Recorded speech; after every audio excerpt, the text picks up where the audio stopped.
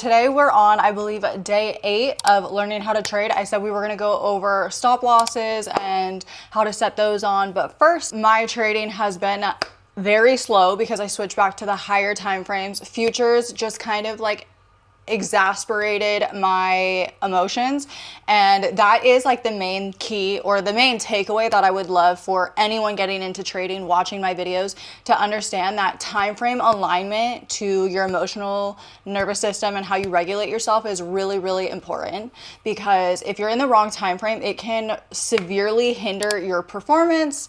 You can lose a ton of money, and it's just kind of like a snowball effect. So futures had to take a step away from it, and hopefully can get back into futures when I am a little bit more emotionally equipped to handle that kind of leverage.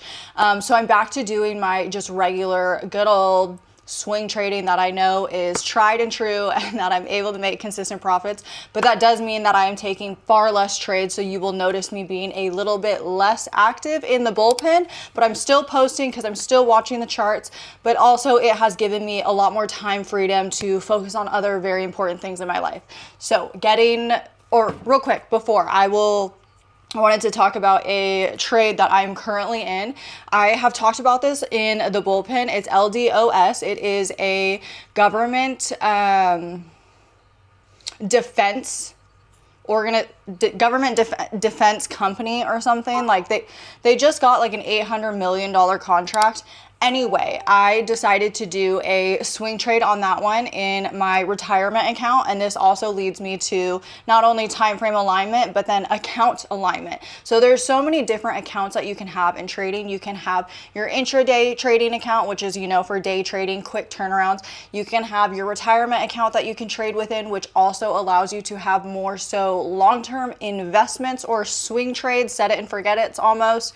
And then you can just have your futures account or whatever other style of trading, and that goes into which each one does for you and how each one applies to each time frame as well. If you have questions about that and you want me to elaborate how I utilize each separate account for my own personal needs, I'm happy to do that. But back to LDOS, I am in that trade. It is currently up to $128.68. I averaged in around $122. I got in a little bit early, so I've been holding this already for about a month, I would say.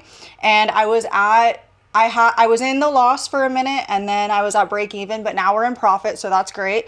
This is definitely going to be a hold that I'm going to hold into the end of the year and most likely even into next year. So this is a very long swing for me. Let's just call it an investment at this point. So that is the trade that I am doing on LDOS. That's the most recent one that I entered. And then all of my other ones, I am just long-term holding, and then my regular swing account, we are taking some hits because I am in a very big long-term trade on crypto, and right now it's just not moving. We're just consolidated right now. I do think we are at the bottom of crypto, but one can never be so sure.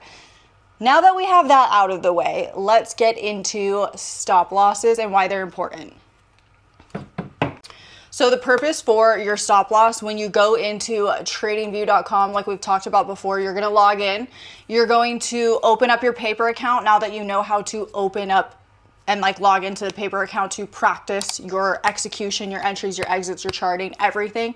So once you get that trend line break or that trend line bounce, whatever it is that you're identifying, there's 2 ways to set your stop loss and or obviously your guideline. I strongly suggest trading with a stop loss when you're a beginner at first, because trading, the misconception is that it is there to make you money, but actually you want to trade in a defensive posture. You want to protect your capital at all times first. Instead of thinking about how much money you can make, you need to think about how much money you could lose. I know that that could sound like lack mentality or scarcity mindset, which there is nuances to this. You just want to make sure that you are being as efficient and risk adverse in the market as you possibly can be. So if we're utilizing a stop loss when you get that trend line break, for example, you can either execute your order with a stop loss already in place. So when you go in and type it in, when you hit add order, there is a place that you can go in and you can type in the price that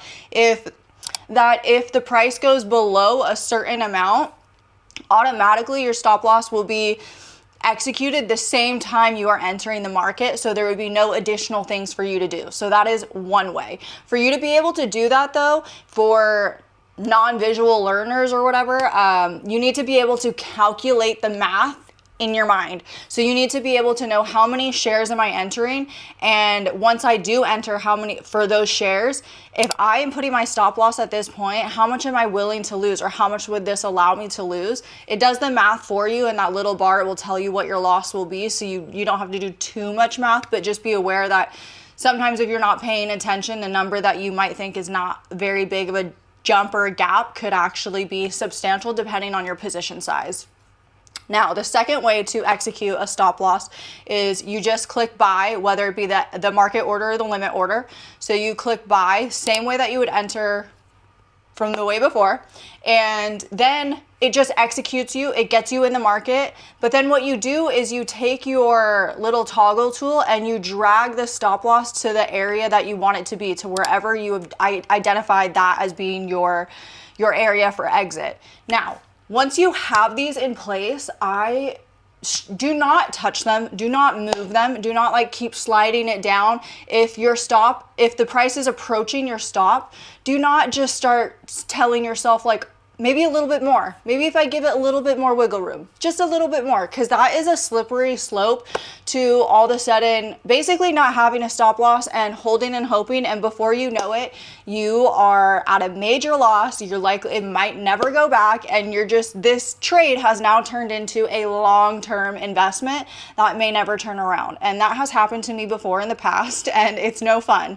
So try to avoid that. So once you set your stop loss, just don't touch it. So this is the nuance with stop losses though. If you are not doing appropriate top-down analysis and you don't fully understand price action or how the structure of the market goes, your stop loss could always be too tight. And regardless if each loss is only like $5, $10, $100, whatever it is, you could have death by 1,000 cuts, and before you know it, in a month or 2 months, you could be at zero because your stop loss isn't in alignment with price action or the amount of wiggle room that stock needs. So keep that in mind. Your stop loss is not just about the amount that you are able to lose. It is also about what you are trading and what it actually needs to have that top-down analysis and trade play out. So that is the two ways for the stop loss. The guideline is another way to utilize an exit criteria for your trading. The guideline is essentially drawing on another trend line, finding another point A to point B, and then once the stock crosses that trend line, that's when you would be out. So this is where you would integrate alerts. So you can click that trend line. It would be a right click once you draw it on, and you would click add alert. Once you do add alert, you're going to do once per bar. Now the thing is, if you are going to be doing adding alerts, this is for people who you're not in very big position sizing. You are making sure that you're not over leveraged, that you can get to your computer or your phone, whatever you need to be able to exit the trade if that alert is triggered. So this is not something that I recommend for people that don't have enough time or are not able to step away from work, or maybe have a lot going on to where they can't manually or like dedicate the time that you need to, because there have been times where my alerts have gone off and I have missed the move. I would have been in profit had I exited per my plan, and then something got in the way and I had to take an L because I was too late getting to my alert. That happens. So just try and figure out what would work best for your life, because those are the two ways, technically 3 ways, to execute the stop loss, the exits for your trades. Now, the next thing that I want to go into is alerts, like actual alerts, in the next video. So if you have questions about that, add a comment below. Let me know if you even like these styles of videos, because I don't have the chart in front of me. I'm like, this is all based off of experience, memory, and just like knowledge of trading. I don't know if that is advantageous, or like you would prefer me to like physically be looking at it, doing a full charting with you. I don't know. Let me know. This is just what works for what's going on in my life. I have so much going on that dedicating the amount of time that I wish I could to these videos is just like not feasible for me emotionally right now. But I really want to make sure that I get you the information, that I complete the 15 days of learning to trade so you know exactly what you're doing by the end of it, and just show up for you guys. So thanks so much.